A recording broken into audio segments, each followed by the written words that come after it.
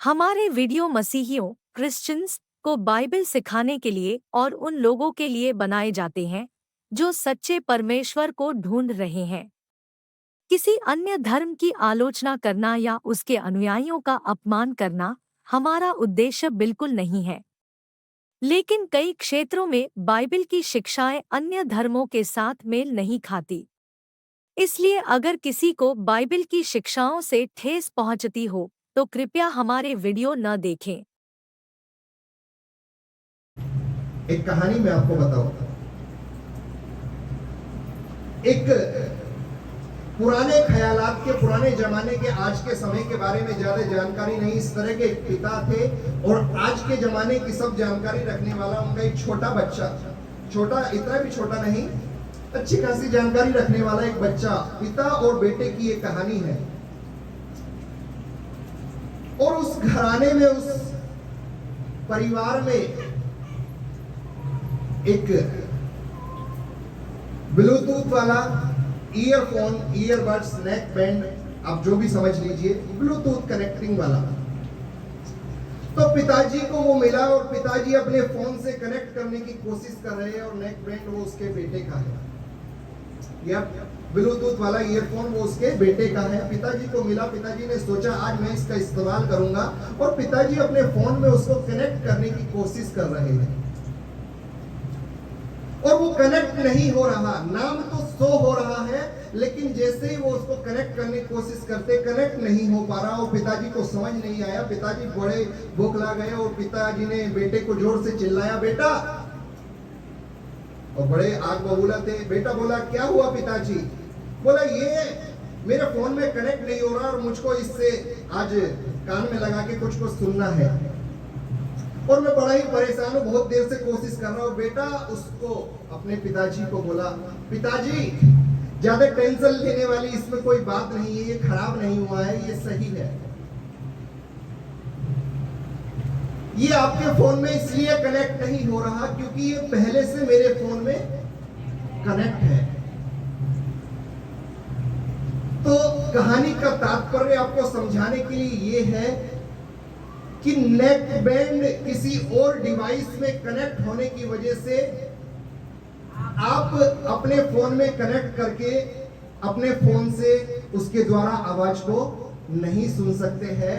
तो ऐसे ही प्रभु के साथ यदि आप बात करना चाहते हैं तो अपना कनेक्शन प्रभु से बनाने के लिए आपको संसार की बातों से कनेक्शन खत्म करना पड़ेगा। हालेलुया। कोई है जो कहेगा आमीन।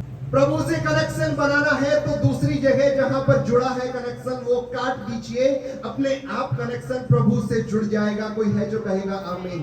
और मालूम जब कनेक्शन सही जुड़ जाता है तो हमें उसका आउटपुट एकदम सही मिलने लगता है ना। आप आवाज सुनना चाह रहे थे कनेक्ट करके, आपको अब आवाज सुनेगी। आप यदि जैसे हॉटस्पॉट से कनेक्ट कर लेते हैं वाईफाई, तो जब तक कनेक्ट नहीं होता आप उससे डाटा, उसका फायदा नहीं उठा सकते हो, लेकिन जब कनेक्ट हो जाएगा तो आप उसका फायदा उठा सकते हो। कोई है जो कहेगा हालेलुया, प्रेज द लॉर्ड। तो अब संसार से कनेक्शन काटे कैसे? अब तो टेंशन में आए हैं, काटे कैसे कनेक्शन? तो उसके लिए प्रभु ने स्तुति आराधना का एक फॉर्मेट बनाया। तो गिफ्ट की बात हो रही थी, गीत हम अक्सर गाते हैं और बड़ा ही खूबसूरत गीतकार अनिल कांत ने लिखा है, ऐ दुनिया के लोगों ऊंची आवाज करो, गाओ खुशी के गीत, उसका गुणगान करो। जल्दी से बताएं। हाँ, जरा चालाक मत बनिए, बाइबल खोलने की कोशिश मत कीजिए, जल्दी से बताएं अगर किसी को मालूम है कि ये कहां से लिया गया है। हाँ, सैम में लिखा है, राइट। हाँ, आधा कोई हमारे पास गिफ्ट है नहीं है, कोई बुक हम फाड़ के आधी दे नहीं सकते, वो बर्बाद हो जाएगी। पूरा बताइए कहां पर ये लिखा है, कोई बता सकता है?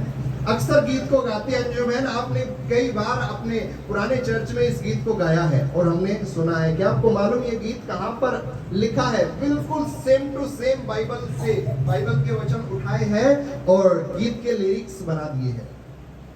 है दुनिया के लोगों ऊंची आवाज कर। समझिए, मैं आपको बता रहा हूं प्रभु की स्तुति आराधना करने का पैटर्न। स्तुति कैसे की जाती है, स्तुति के गीत कैसे होते हैं। जब कोई चर्च में आ रहा है तो उसको पहले स्तुति के गीतों में उसको लीड करे।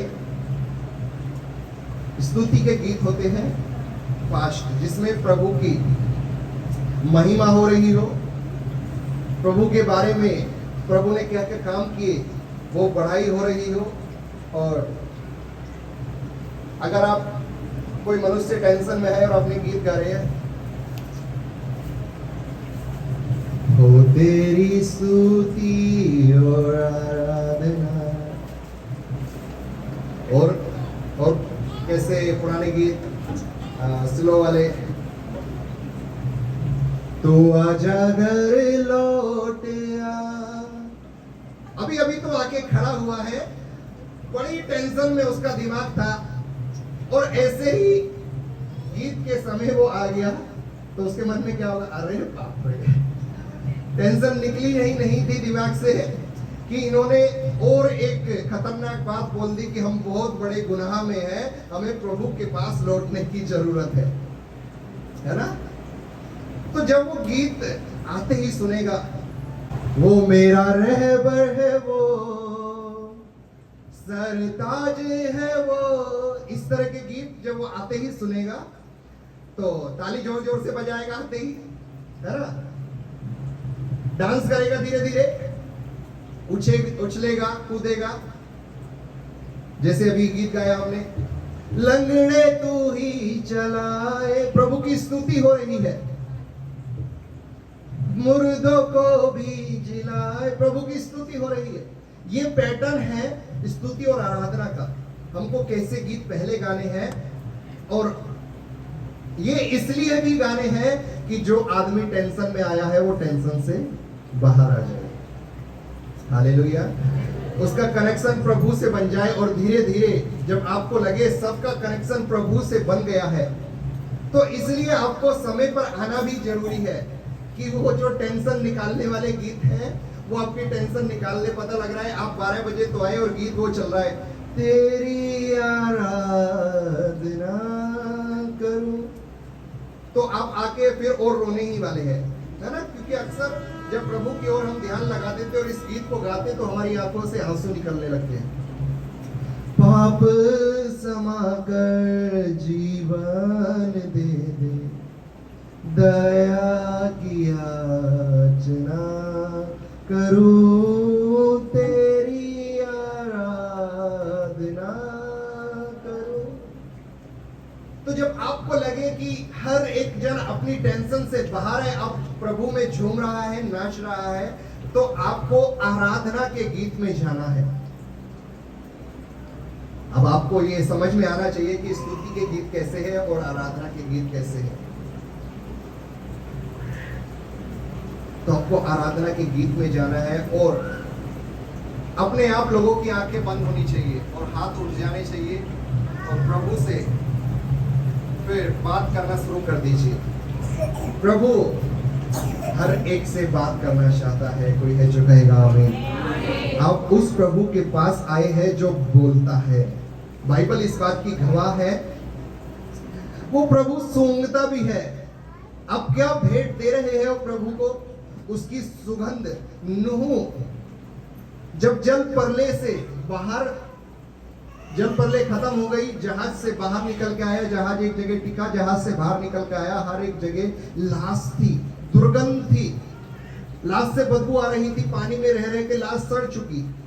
तो नूह ने वेदी बनाई, और लिखा है वेदी पर सुगंधित द्रव्य उसने चढ़ाया, और उसकी धुएं के साथ साथ खुशबू ऊपर की ओर जाने लगी। उसने भेंट चढ़ाई जो सुगंधित द्रव्य के रूप में थी। मालूम लिखा है प्रभु ने उस सुगंध को सूंघा और कहा मुझे अच्छा लगा, और इस सुगंध ही के द्वारा प्रभु ने एक प्रतिज्ञा बांधी। प्रतिज्ञा ये थी कि वहां पर लिखा है, इस सुगंध के कारण मैं दोबारा कभी पृथ्वी पर जल परले लेकर नहीं आऊंगा। हालेलुया। जल परले पृथ्वी के लोगों को, सारी पृथ्वी के लोगों को नाश करने के लिए नहीं आए। हालेलुया। आप पढ़ेंगे तो आपको ज्यादा विश्वास होगा। नूह बाबा उत्पत्ति की पुस्तक में सब बहुत फेमस कैरेक्टर हुआ करते। मैं आपके लिए पढ़ूं उत्पत्ति 8 और 21 वचन, 20 से मैं पढ़ लेता हूं। तब नूह ने यहोवा के लिए एक वेदी बनाई, जहाज से बाहर निकल गया। सिर्फ नूह और उसका परिवार जल परले से प्रभु की योजना के अनुसार बचाया गया, और जल परले का पानी अब सूख गया। एक पहाड़ पर जहाज टिका है। उस पहाड़ का क्या नाम है, कोई बता सकता है? बोलो। ये आपके अंदर कॉन्फिडेंस सबसे पहले होना चाहिए कि आपको जो मालूम है आपको बताएंगे, भले गलत हो या सही हो। आपको कोई फांसी तो जीत दी जाने वाली है नहीं, है ना? एक कॉन्फिडेंस, अरारत, राइट, अरारत ही था।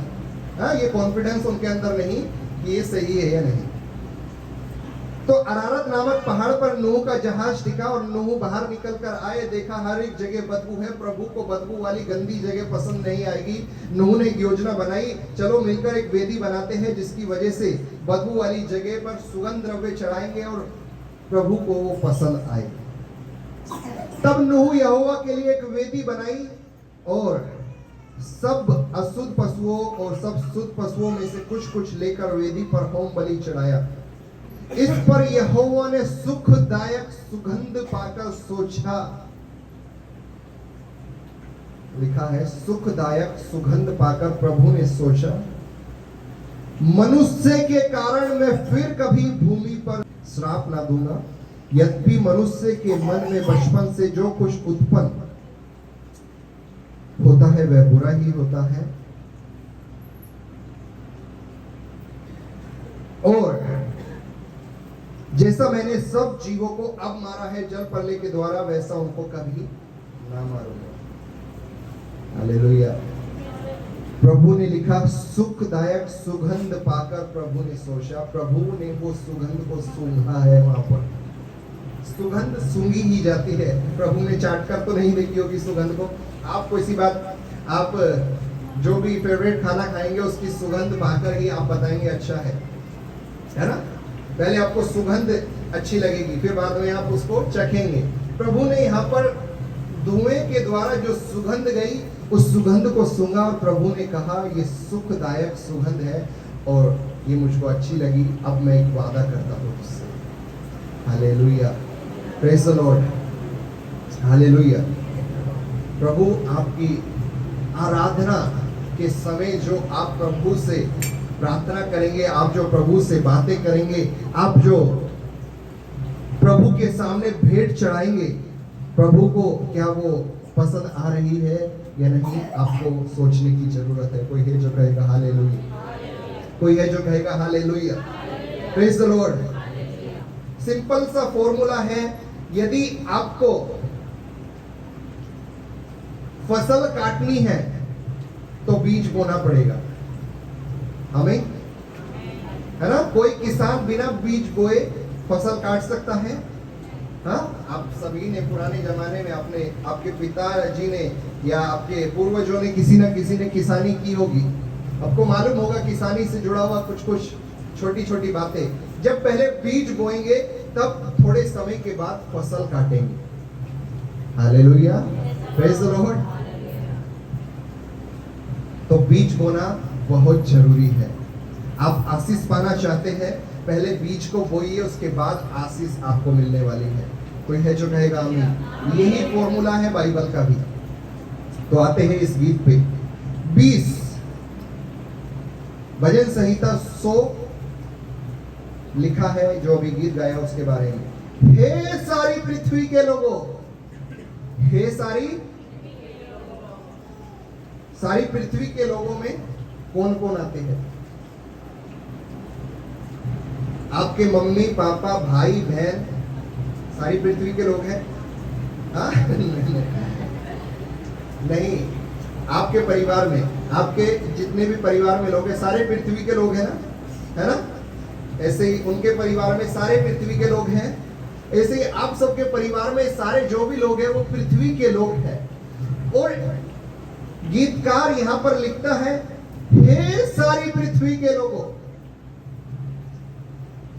पहला तो आप अपने बच्चों को घर पर छोड़कर नहीं आ सकते, आपके बच्चे भी पृथ्वी के लोग हैं, है ना? यदि कोई प्रभु पर विश्वास करता है तो वो संडे के दिन जब खुदावन के भवन में मौजूद होने का समय है तो खुदावन के भवन ही में मौजूद होना चाहिए, क्योंकि लिखा है सारी पृथ्वी के लोगों। अब जो विश्वास नहीं करता उसकी बात अलग है। यहोवा का जय जयकार। क्या अंजुम है? राइट, आप सही फंस गए। क्या आप जय जयकार करेंगे सिर्फ? क्या कुणाल जय जयकार करेगा सिर्फ? क्या परी को जय जयकार नहीं करना है? लिखा है, हे सारी पृथ्वी के लोगों। अब आप अपने परिवार पे आ जाइए थोड़ा सा, जो प्रभु पर विश्वास करते हैं उन लोगों पर आ जाइए अपने परिवार में। क्या वो जय जयकार नहीं करनी चाहिए? करनी चाहिए। तो जय जयकार कहां पर करेंगे? अपने घर पर बैठकर? क्या प्रभु के भवन में? गीत तो आप सबसे ज्यादा गाती थी अपने पुराने चर्च में, हे दुनिया के लोगों। अपनी छोटी बेटी को घर छोड़कर आई है, हाँ? आपने प्रभु के कलाम को सीखा सही से। हे सारी पृथ्वी के लोगों, जय जयकार। किसी कारणवश बीमार है, कोई इमरजेंसी है तो बात समझ में आती है, लेकिन बीमारी ऐसी होनी चाहिए कि चल फिर नहीं सकते, उठ नहीं सकते, है ना? या छोटा बच्चा है और तकलीफ देगा चर्च में जाने से तो प्रभु समझेगा। लिखा, हे सारी पृथ्वी के लोगों। आपके परिवार का हर एक जन दुआ कीजिए कि प्रभु तेरे भवन में मौजूद हो, क्योंकि तूने कहा है हर एक जन तेरी जय जयकार करना चाहिए। प्रभु इस प्रार्थना को जरूर सुनेगा आपकी। हालेलुया। क्योंकि प्रभु खुद चाहता है हर एक जन जय जयकार करे। प्रभु नहीं चाहता आपका पति, आपके बच्चे स्तुति आराधना न करे, जय जयकार न करे। प्रभु कभी नहीं चाहता। प्रभु चाहता है वो भी मेरे भवन में आए।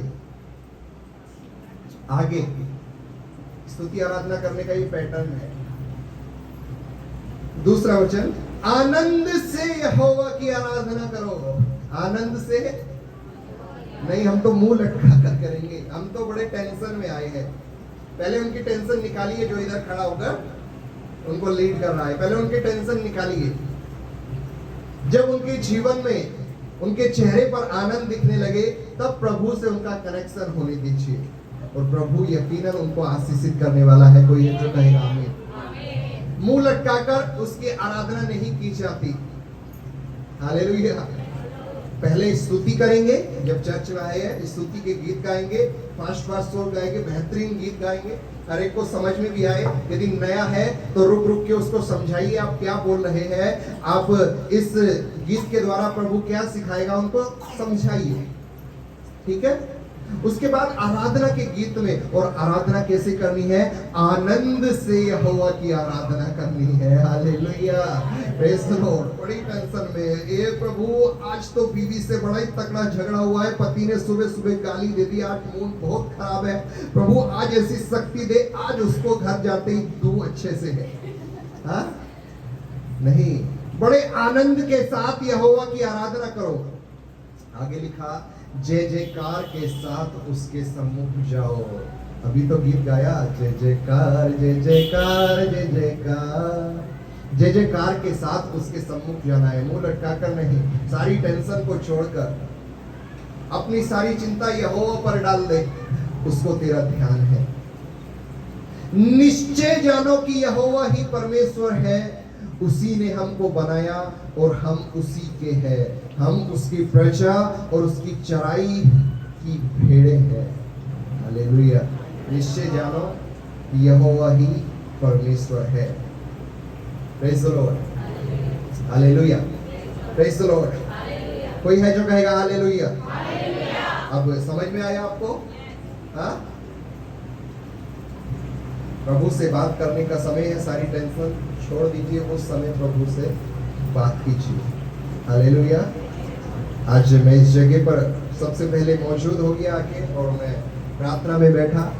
ऐसा बहुत कम समय होता है कि मैं इस जगह पर, शुरू में पहले हम ऐसा करते थे क्योंकि कोई आता नहीं है, लेकिन मुझे लगा आज प्रार्थना में बैठेंगे। सुबह से मैं उठा हुआ, बहुत सुबह से, काफी तड़के से, है ना, बोलेंगे तड़के से उठा हुआ हो, और प्रभु का वचन पढ़ा, प्रार्थना की। और पहले मैं सुबह उठ के उस कमरे में प्रार्थना करता था। आज मेरा मन किया अपने, ये मेरा इसके पीछे कमरा है और इसमें बैठ के मैं प्रार्थना करूं। और सब सोए हुए थे, घर के हर एक जन सोया हुआ था, और मैं बैठ के प्रार्थना कर रहा हूं बड़ी धीरे आवाज में, क्योंकि प्रभु का कलाम सिखाता है हमारी प्रार्थना के द्वारा कोई दूसरा मनुष्य डिस्टर्ब नहीं होना चाहिए। Hallelujah, praise the Lord. और हमारी प्रार्थना के द्वारा हम भी डिस्टर्ब नहीं होने चाहिए, है ना। कई बार मैं अपने घर में सिखाता हूँ लोगों को, प्रभु ने कहा है बाइबल में, उस वचन को क्लेम करके ये बात बोलते हैं कि प्रभु ने कहा गुप्त रीति से कुंडी लगाकर प्रार्थना किया कर। अब अगर किसी के घर में एक ही कमरा है और उसको प्रार्थना करनी है और घर में रहने वाले 4 मनुष्य है, तो कैसे वो कुंडी लगाकर प्रार्थना करेगा? क्या बाकी के लोग घर के बाहर जाएंगे? हाँ, क्या प्रभु गुप्त रीति से ही ऐसी क्या तुम बात करोगे कि कुंडी लगाकर तुम्हें बात करनी है ना? ऐसे क्या क्या तुमने काले कांड किए हैं कि तुम बड़े सीक्रेट होके प्रभु से बोलोगे, कोई और सुनना नहीं चाहिए, है ना? सोचने वाली बात है ना? प्रभु से बात कर रहे हैं, आप मन में कीजिए। यदि आपने कोई पाप किया है, आप चाहते हैं किसी और को पता ना चले, प्रभु मन में आपकी उस प्रार्थना को सुनेगा, आपको क्षमा करेगा। लेकिन कई बार जब हम कुंडी लगा लेते हैं और उस कमरे में जहां हम बैठे हैं, किसी को उस कमरे में से कुछ सामान चाहिए और उसको अर्जेंट है, तो जरूर वो उसके गेट को खटखटाएगा और आपको डिस्टरबेंस होगा। आप प्रभु से प्रार्थना में कनेक्ट हुए थे, प्रभु आपसे बात कर रहा, प्रभु से बात कर रहे, अपने दिल की बात प्रभु से बता रहे, ठीक है, उतना प्रभु ने कहा गुप्त रीति से बात कर, प्रभु बात करने के लिए। लेकिन किसी ने गेट बजाया, डोर बजाया, तो आप डिस्टर्ब हुए क्योंकि आपको गेट खोलना पड़ेगा, राइट? सही कह रहा हूं ना? अब अगर गेट खुले हुए होंगे तो प्रभु को जानने वाले लोग गेट धीरे से खोल के जाएंगे, उनको पता है अंदर कोई प्रार्थना कर रहा है, धीरे से खोल के जाएंगे, अपना काम करके वापस बाहर आ जाएंगे और डोर को बंद कर देंगे। तुमको भी डिस्टर्ब नहीं होगा, उस आदमी का भी काम हो जाएगा। Hallelujah, praise the Lord. अब अगर कोई जान के डिस्टर्ब कर रहा है तो वो अलग बात है, लेकिन आप कुंडी लगाओगे तो यकीनन शैतान खटखटाने के लिए किसी न किसी को भेजेगा। Praise the Lord. तो अच्छा है शैतान को मौका ना दो। Praise the Lord, hallelujah, praise the Lord. प्रभु का यदि हर एक उस कलाम को आप मानते तो प्रभु के बहुत सारी बातें हैं, क्या आप उनको भी मानते? क्वेश्चन उठता है। यदि आप कहते प्रभु ने कहा कुंडी लगाकर प्रार्थना करना, तो प्रभु ने कहा जहां 2 या 3 मेरे नाम में इकट्ठे होते मैं वहां पर मौजूद होता, तो क्या आप 2 या 3 को लेकर बैठे? क्वेश्चन बनता है ना नैतिक। प्रभु की बहुत सारी बातें हैं बाइबल में, क्या आपने उन बातों को भी पूरा किया? नहीं। तो हर एक वचन को क्लेम करके कुछ भी बातें मत बोलिए। खैर, ये बातें सिर्फ सिखाने की है। कई बार लगता है कि पब्लिक को भी सिखाई जाए, पब्लिक को भी बताई जाए, ऐसा ना हो। प्रभु के वचन के आप क्लेम करके अपने घर वालों को तकलीफ दे रहे हैं। पता लग रहा है नैतिक अंदर प्रार्थना करने बैठा है और बड़ी देर से कमरे में प्रार्थना कर रहा है, मम्मी पापा भाई बहन सबको घर से बाहर निकाल दिया।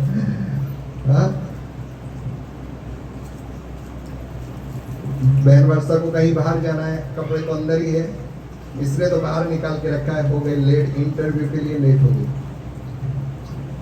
नैतिक प्रार्थना किया था, प्रभु मेरे मन को बहुत शांति दे। जैसे ही डोर खुलेगा मन को शांति नहीं, तांडव होने वाला है। तुझको समझ में आ रहा है कुछ, है ना? जैसे ही डोर खुलेगा तो बहन वर्षा इतनी शांत थोड़ी होगी, उसको पता है इंटरव्यू जहाँ नौकरी मिलने वाली थी 20-25 हजार रुपए की, वो नैतिक की वजह से छूट गई। तो नैतिक इतने तगड़े रिमांड पे आने वाला है, बस शांति तो बहुत अच्छी मिलने वाली है। देखो, है ना? आप सोच सकते हैं कैसी शांति मिलेगी।